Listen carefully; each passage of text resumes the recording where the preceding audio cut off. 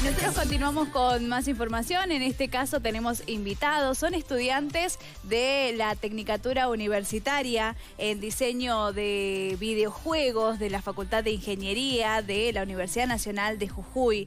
Ellos han presentado un proyecto, han presentado un videojuego justamente, han ganado, están trabajando para poder llevarlo a cabo y queremos conocer más detalles. Por eso les damos la bienvenida a Gabriel Urzagasti y a Esteban Morales. ¿Cómo están, chicos? Buen día. Bien, buen día. Andamos ahí, andamos bien armando todo. Ajá. De a poco. Y bueno, a seguir para adelante. ¿Cómo es el proceso? Porque uno dice, bueno, ganan este proyecto o presentan un proyecto. ¿Cómo es el proceso para después poder tener el financiamiento y hacerlo? Bueno, primero que todo hay que concordar en quedar en algo, en qué vamos a armar, qué plataforma, a qué público vamos a llegar. Ajá. Porque puede ser, como decir, a un público serio en el cual son aquellos que juegan un tiempo nomás, Sí. o aquellos que se dedican a, ya sea a streamear, o también directamente a divertirse, ¿no? Bueno, el proceso principal es ese, ver a qué público objetivo vamos a presentar. Sí. Después se elige el género y, bueno, empezamos por todo, desde la historia y todo eso ya sería la parte secundaria, pero que sin eso igual no se puede avanzar. ¿Pero son concursos nacionales? Efectivamente. La cuestión administrativa de todo esto consta de la siguiente forma. Es decir, se abre una convocatoria, corresponde a una convocatoria que se llama Potenciar Industria del Videojuego del Ministerio de Producción de la Nación. Nosotros presentamos nuestra propuesta, es decir, armamos un preconcepto de lo que sería el videojuego y efectivamente sale elegida entre muchas otras propuestas y entonces a partir de allí viene un financiamiento de 6 millones de pesos. Ajá. De ese financiamiento de 6 millones de pesos, 2 millones de pesos fueron destinados a la compra de equipos que son sofisticados, equipos que son poderosos, propiamente para desarrollar estos videojuegos y que la parte importante de todo esto es que pasa a ser patrimonio de la Facultad de Ingeniería. Claro. Así que nosotros cuando en este momento, bueno, ya terminamos una parte de concepto que es lo que decía Gabriel, que es elegir la idea, darle forma y generar documentación y ya tenemos que implementar a motores de videojuego, a hacer el sonido, animaciones, etcétera, y se necesita por supuesto ese tipo de equipamiento. Claro, un poco para comentar, estamos viendo ahí imágenes al respecto. Este videojuego justamente en esta planificación, ¿para quién está destinado? ¿En qué consiste? Bien. Bueno, el videojuego en sí consiste mayormente en aquellos que quieran... Son como dos públicos diferentes, ¿no? Sí. Uno que quiera pasar el tiempo un rato en un juego de aventura, normal, viendo lo que le llegue. Y otro público en el cual son los analizadores, como dicen, este entorno se ve medio raro, cómo transcurre la historia, sin contártela directamente. Y de esa forma, entonces, bueno, es como decían, para los curiosos y para los que directamente quieran pasar el tiempo. ¿Y para chicos hay alguna edad en específico? Y serían para mayores de... Estarían entre 10, 13 años. Ajá, claro. ¿Y en qué consiste el juego? Bien, este juego tiene una implementación, una perspectiva narrativa bastante interesante. Se tratan de dos hermanitos. El proyecto o el juego se llama A través de los ojos de mi hermanito. Y la historia, como decía antes, tenía o tiene de alguna manera tintes que tienden a un análisis, digamos, de lo que sería una sociedad de consumo, es decir, una crítica de alguna manera. Por supuesto es complicado llevar esa narrativa e implementarla al videojuego que tenga un atractivo, una jugabilidad, etcétera. Pero bueno, partimos de eso, es decir, tiene que haber una historia que se sostenga y luego ser implementada en el videojuego. Así que hablamos de dos hermanitos, uno mayor, el hermanito menor no ve, carece de visión por alguna razón, digamos, que se va explicando en el juego. Es decir, no hay cosas que son absolutamente explícitas, sino que quedan, digamos, al margen de lo que el jugador puede interpretar. Claro. Así que creemos que eso es bastante interesante.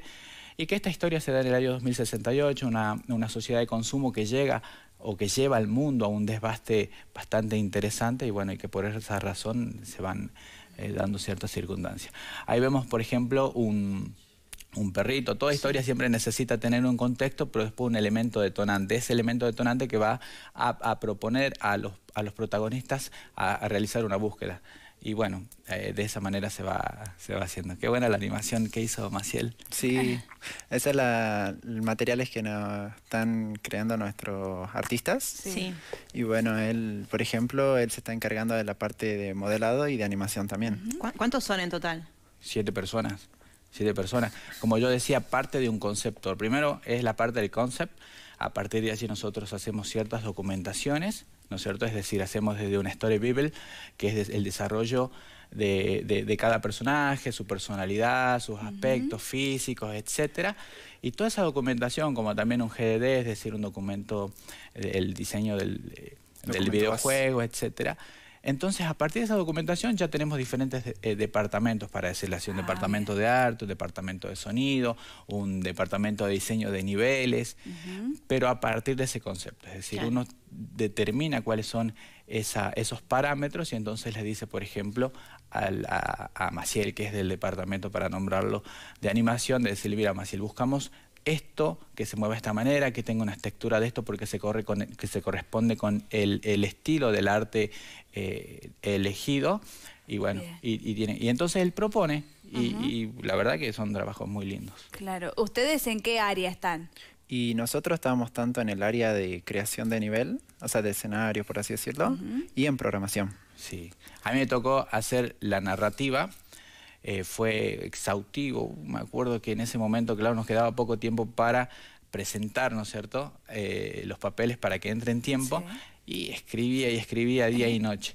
A partir de esa narrativa, bueno, que forma parte del concepto, digamos, fue también la ordenación de la documentación. Tuvimos que hacer, a mí me gusta mucho escribir, así que ordenamos toda la documentación. Esa documentación, la parte del concepto ya está. Y a mí fundamentalmente me gusta programar.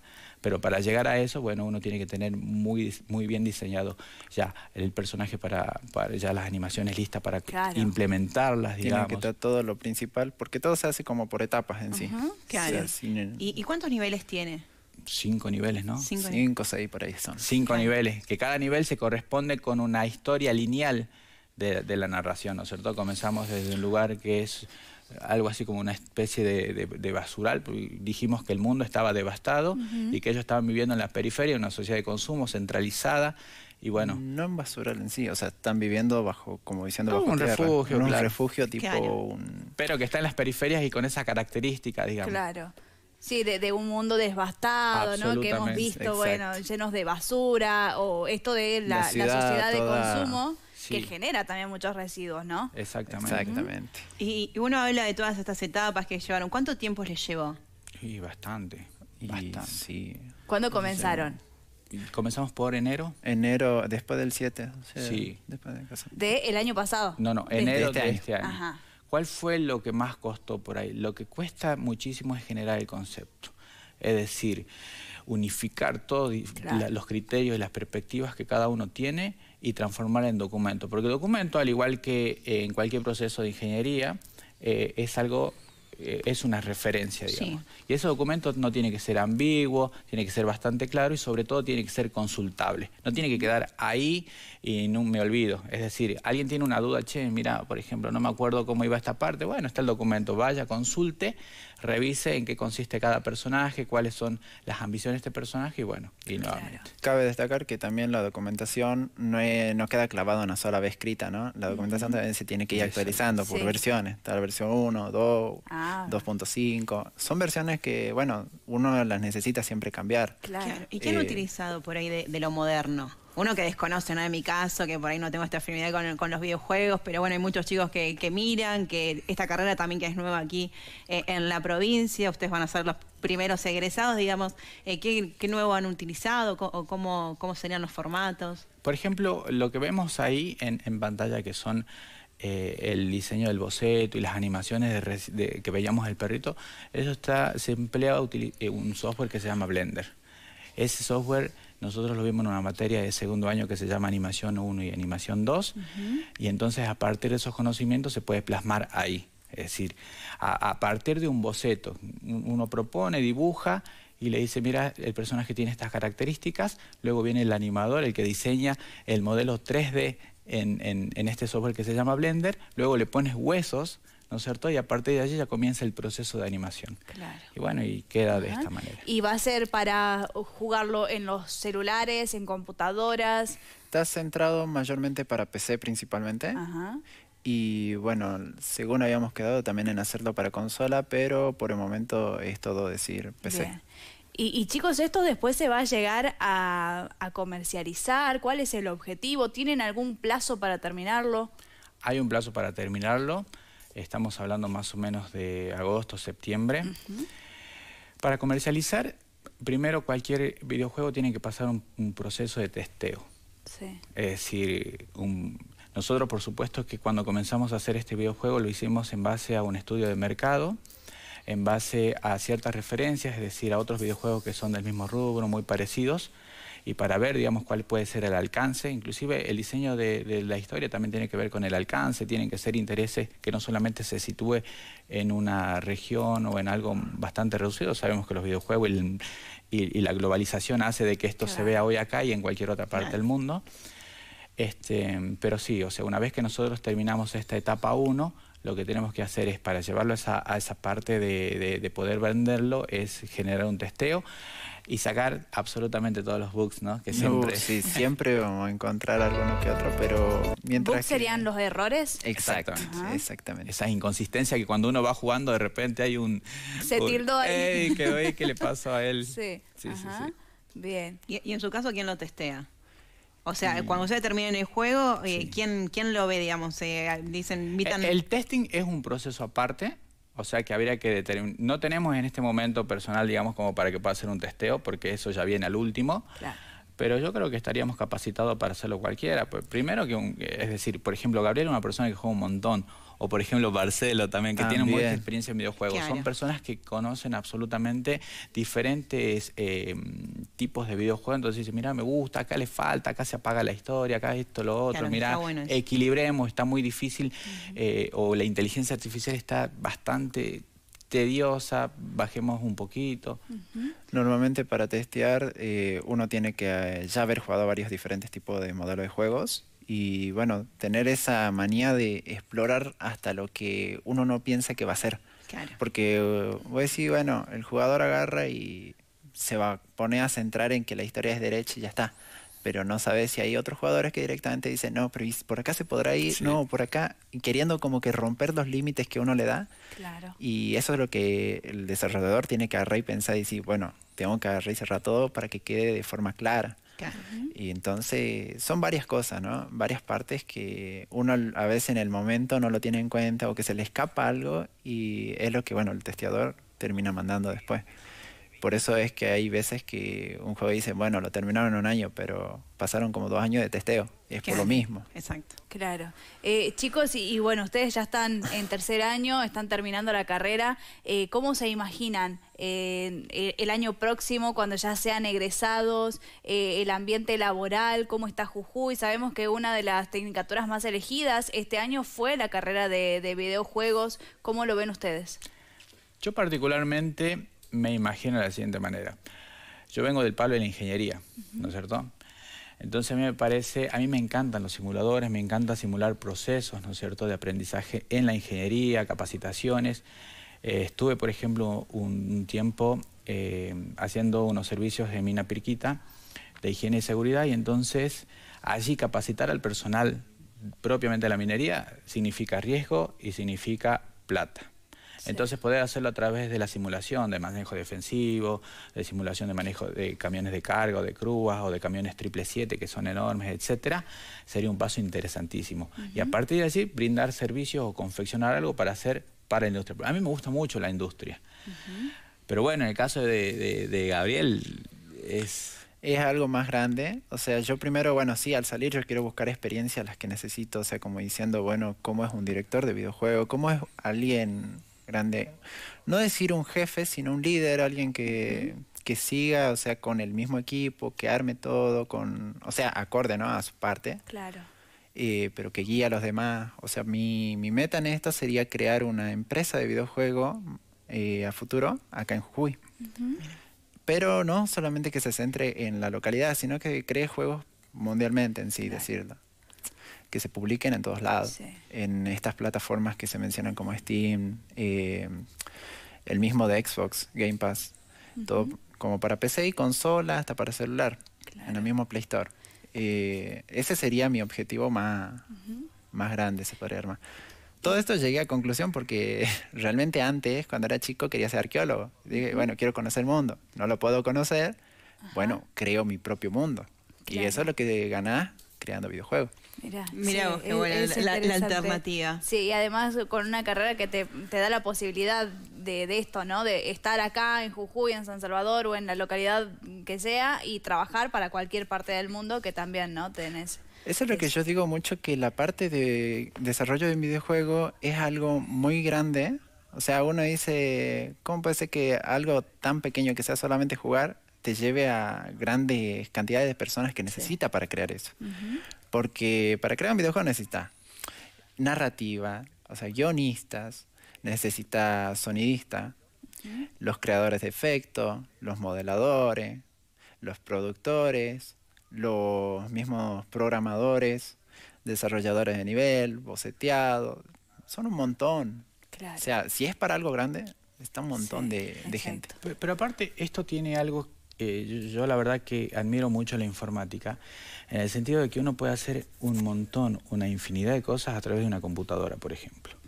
Es decir, de que si yo, por ejemplo, me quisiera poner un emprendimiento de lo que fuera, necesito evidentemente máquinas, necesito un lugar, necesito esto, necesito un montón de cosas previas.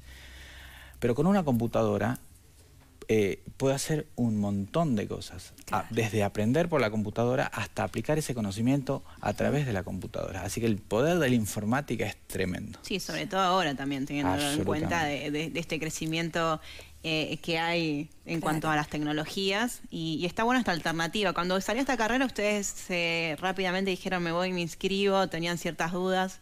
Sí, yo por ejemplo, antes de inscribirme, o sea, antes de saber del tema de la carrera, yo estaba en que iba a buscar un trabajo. Sí. Estaba para electricista o lo que venga que me alcanzara.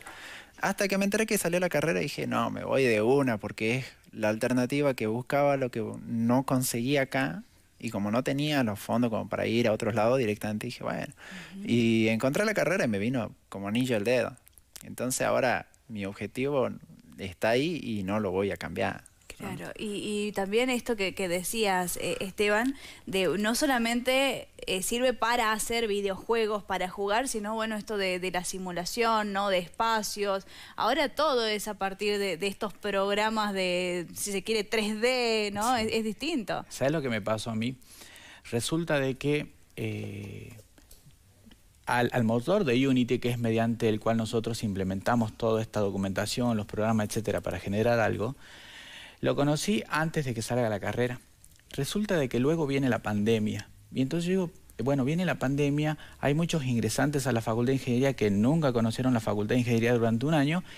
Y digo, van a entrar y va a ser un problema absoluto porque le va a tocar el aula por acá, el aula por allá. Claro. Y entonces en ese momento diseñé mediante dispositivo móvil, o sea, virtualicé la facultad entera, y a partir de ahí, con un dispositivo móvil, podías recorrer toda la facultad mediante un personaje, y aula por aula, con un detalle máximo, y lo hice para celular, ¿no es cierto? Claro. Luego de eso, por ejemplo, el año pasado hicimos un proyecto, a mí me gusta mucho vincular la facultad, la quiero mucho a la facultad, Sí. y era un tutor virtual, ¿no es cierto? Es decir, una persona que llegaba y le hablaba, era un doctor así que estaba en el éter, digamos, y vos le decías, pero así funciona porque era como un monolito, vos le decías, hola doctor, quiero saber dónde queda tal aula. Y él te respondía, y entonces mediante la pantalla, que nosotros pensábamos disponerla en la Facultad de Ingeniería para cualquier usuario, y te llevaba a cualquier lado, vos le decías, doctor, quiero saber cuándo tengo que rendir o cuándo se vienen las mesas. Y entonces buscaba en su base de datos. Claro. Y te Todas brindaba las la alternativas. información. Efectivamente. Y de esa manera uno va buscando porque busca alternativas. Y bueno, hasta llegar ahora que ya tenemos que tener perspectiva de la industria, ¿no? No, seguro. Y mire, la parte del potencial que se ve en el tema de los videojuegos también la parte médica, ¿no? Porque si se dan cuenta hay personas que hasta están, como le dicen, en un estado en el cual solamente el cerebro no trabaja, no tiene movilidad. Sí. Y al llegar al tema de realidad virtual, o sea, uno se conecta y se puede mover, puede hacer lo que no puede hacer en realidad.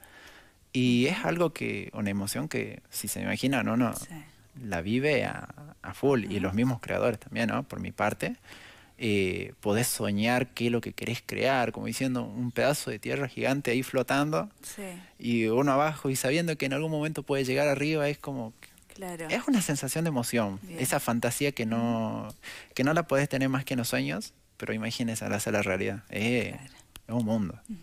Chicos, le agradecemos, ¿no? Esta entrevista, los hemos pasado por distintos temas. Arrancamos con este proyecto que es un impulso, pero bueno, más que nada también para conocer, porque a veces por uno se centra en lo que dice videojuego, entonces únicamente videojuegos, sino había mostrado amplitud en lo que le da la salida laboral de esta carrera y las distintas opciones, ¿no? Que también por ahí cada uno va encontrando qué lugar puede tener en esta carrera.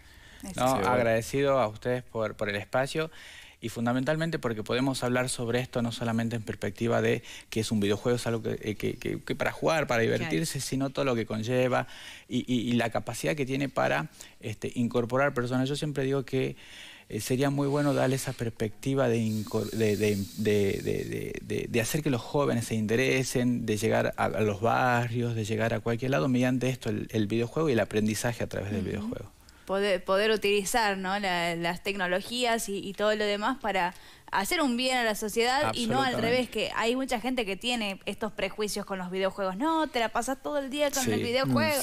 Bueno, pero si están bien creados, si están destinados a la educación, también tienen un buen fin. Absolutamente. Gracias, chicos. Muchas gracias. Muchas gracias a ustedes. Ahí estábamos conversando con Gabriel Urzagasti, también con Esteban Morales. Ellos son estudiantes de la Tecnicatura Universitaria en Diseño de Videojuegos de la Universidad de Jujuy, de la Facultad de Ingeniería. Es muy interesante, ¿no? La verdad que sí, para conocer, uno se encasilla por ahí en videojuegos nada más. Bueno, alternativas, por ahí estudiantes que están viendo, están por culminar ya, tienen una salida laboral y allí para también poder seguir con esta carrera. Muchísimos ingresantes han tenido este año, así que es una carrera en auge. Hacemos una nueva pausa, ya continuamos con más.